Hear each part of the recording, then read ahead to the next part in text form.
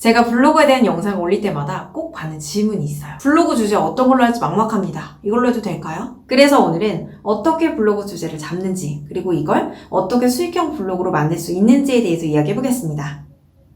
눈 아파.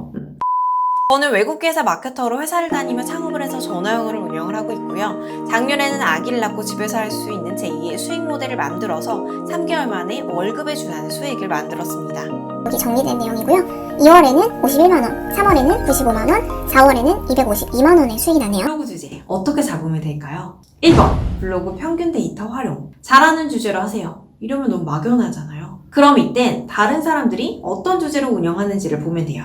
이때 블로그 평균 데이터를 활용하면 되는데 블로그 통계, 블로그 평균 데이터라는 부분이 있어요. 여기서는 전체 블로그 평균 데이터를 볼 수가 있어요. 어떤 주제가 조회수가 높은지, 평균 사용시간은 어떤 주제가 긴지, 성별, 연령 분포는 어떻게 돼 있는지까지 다 볼 수가 있어요. 먼저 조회수 볼게요. 여기서 보면 요리, 레시피 조회수가 높고요. 그 다음이 IT 컴퓨터, 그 다음이 일상, 생각, 여행 순이에요. 이런 것들이 사람들이 많이 찾아보는 주제라는 뜻이에요. 그 다음에 게시글 평균 사용 시간을 볼게요. 이 평균 사용 시간이 왜 의미가 있느냐면 내가 쓴 글을 하나만 보고 나가는 게 아니라 내가 쓴 글을 여러 개 이어서 본다라는 뜻이에요. 우리가 물건을 살 때 그 물건에 대한 정보에 많이 노출될수록 그 물건을 구매하게 될 확률이 높다고 해요. 평균 사용 시간이 높다는 건 그만큼 콘텐츠가 도움이 되고 사람들이 도움을 많이 필요로 하는 것이다 라고 바꿔 생각할 수도 있어요. 한마디로 오래 본 만큼 충성도도 높고 구매로 이어질 가능성이 더 높아요. 평균 사용 시간이 높은 수는 게임, 요리, 드라마 순이네요. 이런 주제 가지고 뭘 파나 이런 생각이 드실 수도 있죠. 좀 단편적으로 이야기를 해보면 게임은 게임 액세서리를 팔 수가 있고요. 만약에 요리라고 하면 요리는 그 요리에 쓰이는 조리 도구들을 공구할 수도 있어요. 마지막으로 드라마 같은 경우는 보통 이렇게 패션 쇼핑몰들에서 많이 쓰는 방법인데 오늘 누구누구가 입고 온 옷, 누구누구가 한 액세서리 이런 식으로 해서 판매로 이어지게끔 글을 쓸 수도 있어요. 이건 단편적인 예고요. 더 많은 방법들이 있어요. 뒤에 가서 자세히 한번 이야기해 볼게요. 여기 보시면 주제마다 성별, 연령이 달라요. 내가 타겟으로 하는 성별, 연령을 가지고 주제를 정하실 수도 있겠죠. 이런 식으로 데이터를 통해서 내가 원하는 주제를 좀 더 좁혀보세요. 두 번째, 내가 글 10개 쓸 수 있는 주제 잡아보기. 먼저 흰 종이를 준비하세요.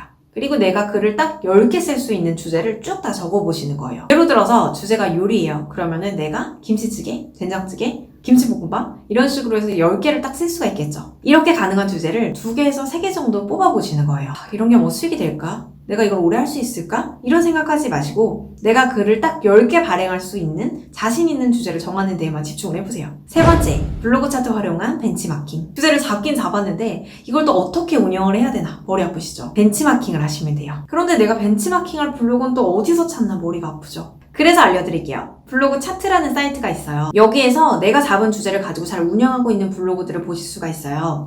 그 블로그들이 어떻게 성장되어 왔는지 글, 컨셉, 컨텐츠 자세히 한번 보세요. 그런데 여기서 중요한 건 지금 어떻게 운영하느냐가 아니라 처음 글부터 보시면서 이 블로그의 처음은 어땠는지를 보세요. 지금은 이미 커진 상태이기 때문에 초보 블로그가 적용하기에는 좀 유용하지 않은 부분들이 있어요. 네 번째, 30일 글 발행. 주제와 운영 방법에 대한 정리가 끝났다면 이제부터 정말 중요해요. 반응이 있건 없건 30일 동안 내가 정한 주제와 운영 방법대로 포기하지 말고 계속 글을 한번 써보세요. 처음에는 반응이 없어요. 어쩌면 30일보다 더 운영을 해야 반응이 나올 수 있고요. 하지만 그 전에 포기를 해버리면 이게 매력 있는 콘텐츠인지 아닌지 확인조차 불가능해요. 인생에서 실패를 한 많은 사람들이 포기를 했을 때가 성공을 얼마 앞두지 않은 시점이라는 사실을 깨닫지 못합니다. 그러니까 최소 30일간은 쭉 글을 한번 써보세요. 그런데 글을 쓰실 땐 당연히 사람들이 궁금해하는 내용으로 노출 공식을 적용해서 글을 쓰셔야 돼요. 이 방법에 대해서는 지난 영상에서 자세히 소개를 해드렸으니까 그 영상 참고해보시면 될 것 같아요. 그럼 언제부터 수익이 되는 거죠? 사람들이 궁금해하는 내용, 불편해하는 내용에 대해서 해결해주는 글을 쓰다 보면 어느 순간 질문이 달리고 그걸 수익으로 바꿀 수 있는 신호를 받게 됩니다.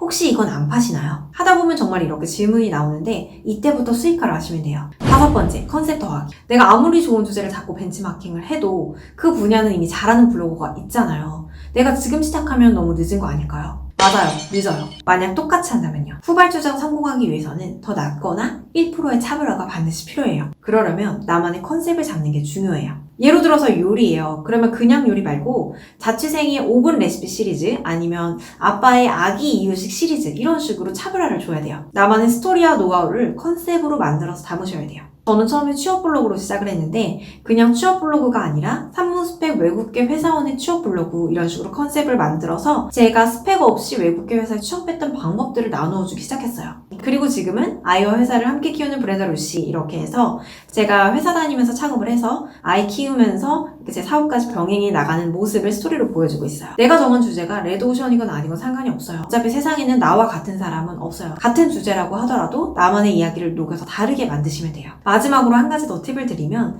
내가 블로그에만 주구장창 글을 쓰면 아무도 안 보고 나도 지쳐요. 그래서 내가 쓴 글을 관련 주제의 커뮤니티에 공유를 하시는 게 좋아요. 거기에서 달린 댓글들을 보면서 글감을 더 잡으실 수도 있고요. 그런데 여기서 중요한 건 광고성으로 글을 쓰시면 강퇴당해요. 정말 양질의 글을 올리세요. 카페에 자체적으로 글을 쓰셔서 블로그로 유입을 시키셔도 되고요. 아니면 블로그 글을 공유하기 눌러서 공유하실 수도 있어요. 그런데 여기서 중요한 건 복사 붙여넣기를 하시면 절대 안 돼요. 풋풋하시면 유사문서로 저품질 걸리니까 꼭 주의하세요. 원래는 이렇게 만들어진 콘텐츠를 가지고 이걸 어떻게 상품화시키는가 이야기를 하려고 했는데 영상이 이미 너무 많이 길어져서 다음 영상으로 나눠서 한번 올려볼게요. 제 남편이 제 영상이 노잼 영상이래요.